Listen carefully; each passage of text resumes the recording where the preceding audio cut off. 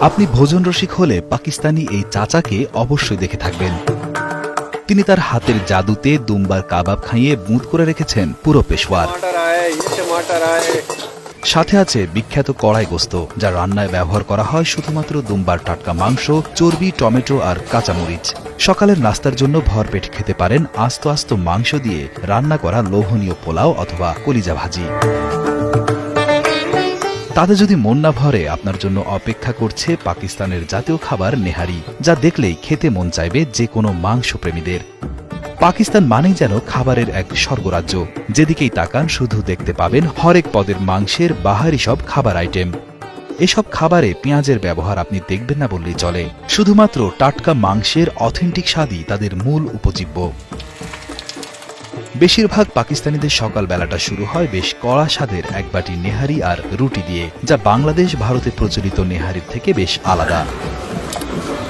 দীর্ঘ 12 ঘন্টা ধরে রান্না করা হয় পেশওয়ারি এই নেহারি। শুরুতে গরু বা মহিষের বড় বড় পায়া, নলি ও আস্ত আস্ত মাথার মাংস ভালো করে ধুয়ে বড় সসপ্যানে একের পর এক স্তূপ করে রাখা হয়। এরপর পরিমাণ মতো মরিচের গুঁড়া, লবণ, তেল ও পানি দিয়ে পাত্রটি সিলগালা করে জাল দেওয়া হয় দীর্ঘ 12 ঘন্টা ধরে।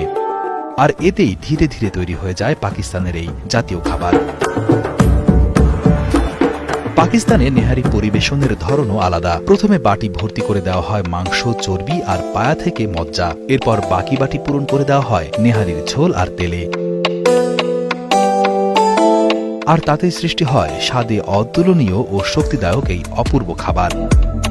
পথে চলতে ফিরতে আপনার চোখে পড়বে গরম গরম তেলে ভরপুর ঝাল ঝাল কলিজা ফ্রাই। গরুর কলিজা তেলে ভেজে তাতে শুধুমাত্র মরিচের গুঁড়া বা কাঁচামরিচ দিয়েই তারা তৈরি করে এক লোভনীয় পদ। পেশওয়ারের রাস্তার ধারের এসব দোকানে পাওয়া যায় মগজ ভুনা, তবে পেঁয়াজ দিয়ে নয়, টমেটোর সাথে আস্ত কাঁচামরিচ দিয়ে তারা রান্না করেন সুস্বাদু মগজ ভুনা, যা রুটির সাথে খেয়ে থাকেন পাকিস্তানিরা। সকল বিরিয়ানিকে পেছনে ফেলে পেশওয়ারি কাবুলি পোলাও ভোজন রসিকদের মনে আলাদা জায়গা তৈরি করে নিয়েছে বহুদিন আগে থেকেই। এই বিরিয়ানির বিশেষত্ব হলো তা রান্না করা হয় আস্ত আস্ত মাংসের টুকরো দিয়ে। সাথে থাকে কিশমিশ, কমলা, লেবুর খোসা, কাজু বাদাম ও বুটের ডাল। লম্বা লম্বা বাসমতি চালের সাথে মশলার পরিমাণ থাকে খুবই কম। বিক্রির জন্য এই পোলাও এমনভাবে সাজিয়ে রাখা হয় যা দেখে জিভে জল আসতে বাধ্য। সবচেয়ে মজার ব্যাপার হলো এই পোলাও প্লেট হিসেবে নয়, আপনি যত টাকা চাইবেন মাংস সহ তত টাকারই পোলাও খেতে পারবেন এসব খাবারের দোকান থেকে। পাকিস্তানের এসব খাবারের দোকানগুলোতে পিঁড়ির উপর বসে হাতের তালুতে প্লেট নিয়ে বা মাটিতে প্লেট রেখে খেয়ে থাকেন পাকিস্তানিরা। রাতের খাবার হিসেবে দুম্বার কাবাব ও কড়াই গোশ পেশওয়ারে খুব জনপ্রিয়।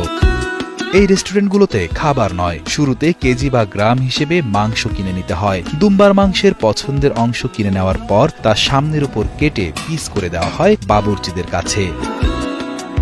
এখানে রান্নার পদ্ধতি খুবই সাধারণ। টাটকা দুম্বার মাংস ও চর্বি লোহার শিকে ভরে সরাসরি তুলে দেওয়া হয় আগুনের ওপর। তার উপর ছিটিয়ে দেওয়া হয় লবণ আর সামান্য গোলমরিচ, আর তাতেই যেন স্বাদে গন্ধে অতুলনীয় হয়ে ওঠে এই কাবাব। একটু গ্রেভি কিছু খেতে চাইলে রয়েছে কড়াই গোশ। প্রথমে ছোট কড়াইতে দুম্বার চর্বির তেল দিয়ে ভাজা হয় মাংস। এরপর তাতে দেওয়া হয় আস্ত টমেটো, কাঁচামরিচ আর লবণ। ব্যাস, এতেই তৈরি হয়ে গেল পেশওয়ারের বিখ্যাত ও সুস্বাদু কড়াই গোশ। পাকিস্তানে খুব অল্প পরিমাণে মাছ পাওয়া গেলেও তা বিক্রি হয় ভাজি বা বারবিকিউ হিসেবে। তাদের মাছ কাটার ধরন বেশ আলাদা। মাছের আঁশ না ছাড়িয়ে আড়াআড়ি ভাবে ফেড়ে ফেলে তারা। পরবর্তীতে তা দিয়ে তৈরি হয় সুস্বাদু বারবিকিউ। অন্যদিকে করাচি, লাহোর, মুলতানের মতো শহরগুলোর রাস্তার ধারে দেখতে পাওয়া যায় সামুদ্রিক মাছ ভাজির দোকান।